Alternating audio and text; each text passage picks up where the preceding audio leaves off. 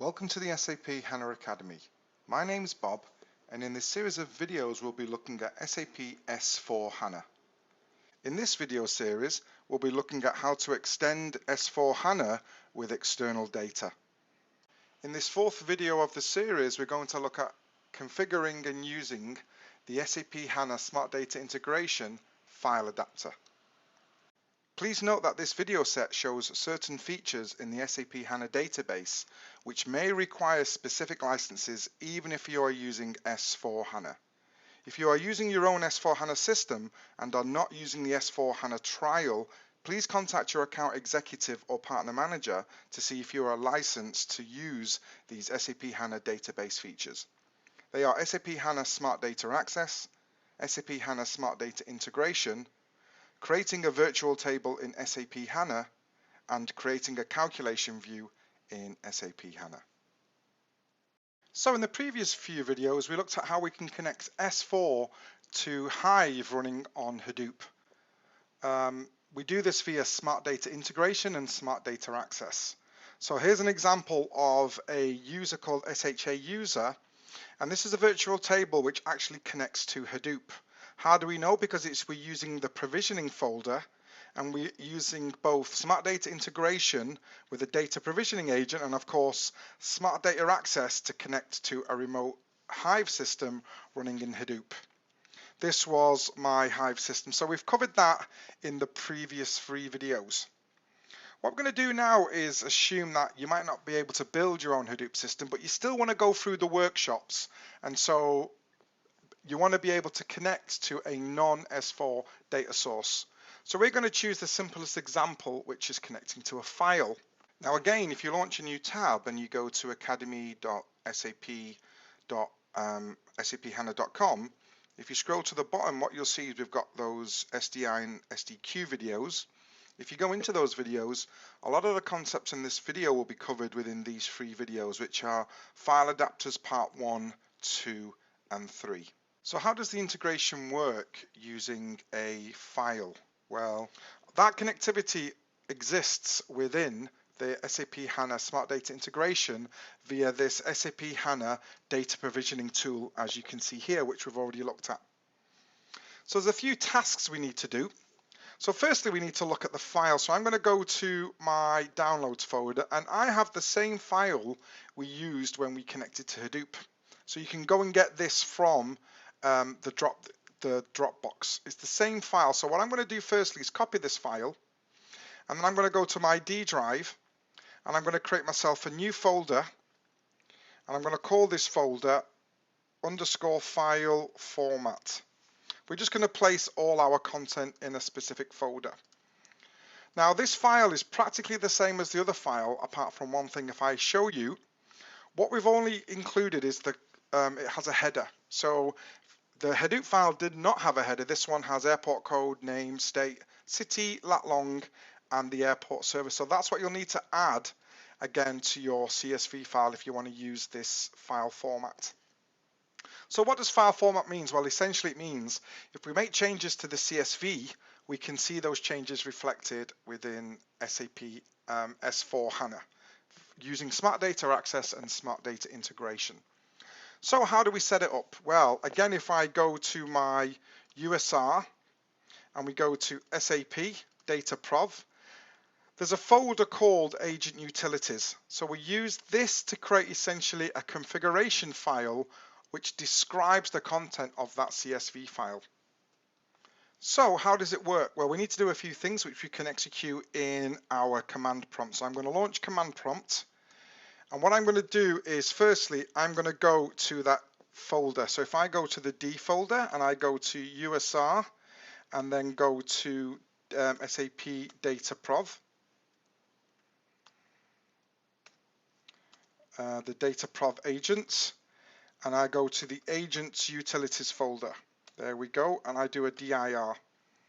So these are the folders, these are the files contained within our folder. So we essentially need to run that create file format command. So how do we do it? Well, for us, we're running this on Windows. Of course, there's a Linux version of the DP agent. We're going to run it in Windows, so I'm going to do create file format.bat. We then, in a parameter called file, we need to specify the file that we're connecting to. So for us, of course, it's in d/_file format. And then there should be one in there which is airport web services, like so. It's a CSV file. All we need to do then is specify where we want the configuration file to be. So for us, we're actually going to place it in the same folder. So the parameter is cfgdir, like so. And again, what we need to do is specify the agent's the folder where we want the configuration file to be. And again, for us, it's going to be the same. So it's going to be file format and like so. So essentially, again, we're going to create file formats. The file we're going to create is that airport web services file within file formats, and we're going to put the configuration file in the same folder.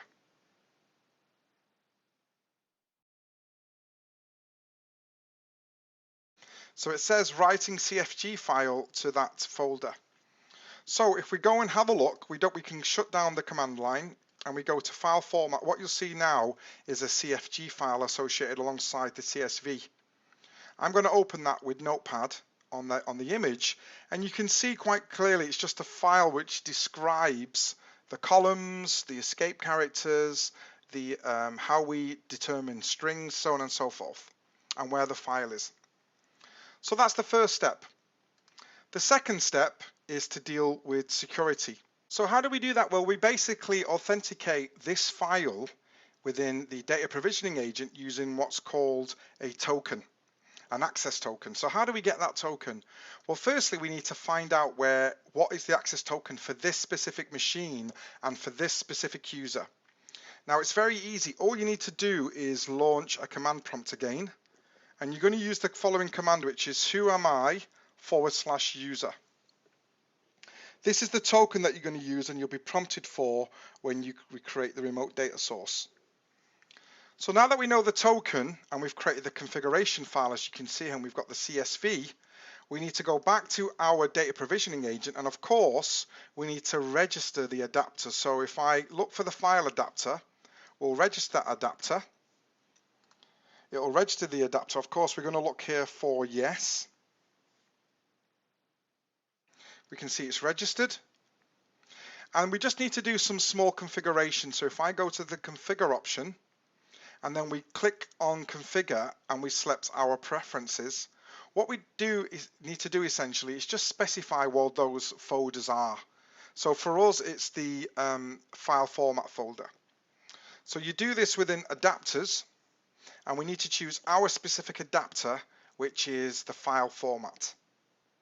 So if I click on expand and I choose file adapter, you can see here by default, because I've done this in for test reasons, at the moment it's d-bob file format, but for us now it's going to be d_file formats, like so. So I'm going to copy this and I'm going to paste it here as well. You can also pre-specify the access token. So this access token will need to match what's in your remote data source. So if I go back here and I'm going to copy my SID by right-clicking on the top, clicking Edit and Mark, and what we'll need to do is put that SID, which is our access token for the user on this machine, we'll link that to our adapter. So I'll copy this and I'll paste that access token here. So when you've done that, all I need to do is click on Apply and then OK. So that's the first step, very straightforward. So the next step we need to do is carry out the configuration of the remote data source. We can actually leave the data provisioning agent open. So I'm going to go now back to my administration console. And again, what I'm going to do like before is, instead of right clicking and creating it with the GUI, of course, we can create a remote data source. I'm going to select that SHA user and use the SQL console window. So again, I've got some scripts here which show you the format. So I'll paste this here into this window. So you can see here we're creating a remote source called file. The only parameters are again the root directory and the file format directory. For us, the configuration file and the file reside in the same folder, although they might not need to. And then we need to put in that access token. So again, here, it should be the same access token. Yep, so all you need to do is paste your access token like so. And that's it. Then all I need to do, of course, is create the remote data source like so. It creates the remote data source. Of course, the first line fails. And again, just like before, if I refresh my list of remote sources, what we should see, we've got that extra remote source here. If I expand, then what we'll see is a few different objects. Again, the objects are all explained in the video and also in help.sap.com. The only one, of course, we're going to need is this airport web services.csv. So just like before, what I'm going to do is I'm going to right click and I'm going to create a virtual table from the airport web services. And again, I'm going to remove the extension because we know it's a CSV. So I'm going to call it airport web services like so.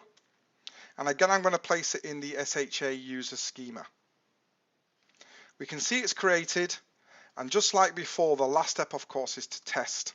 So now we have the Hadoop airport web services in case you've got a Hadoop system. And we've also got that file, airport web services file as well, which is just connecting to a local file on the Windows remote desktop. So if I open the content, this is what it should look like. So you'll notice that it has a few extra columns. You'll see that it's got the path of the CSV, the name of the CSV, the specific row number, any errors, so on and so forth. But of course, we're only interested in the data. So you can see on the right-hand side, the furthest columns on the right, so these 7 columns, are the actual data which is contained within that CSV. So the aim is now that you have 2 options. You have a Hadoop data lake, which we've loaded a simple small set of rows of data. But again, if you can't install your own Hadoop, then you've also got the option, as long as you've got the data provisioning agent, to use a file within the data provisioning agent, so you're utilizing SAP HANA Smart Data Integration and Smart Data Access. So in the next few videos of the series, Tom from the team is going to show you how we'll basically create a HANA calculation view, which will then be later consumed in an external view within the ABAP dictionary. Essentially, a basic level CDS view will be built, which then consumes that external view. And then finally, we'll extend an existing S4 consumption level CDS view to use the CDS view of that external data. As you can imagine, right at the end, an OData service will then be published, which combines both the existing S4 data with our new non-S4 external data. So let's move on to the next video.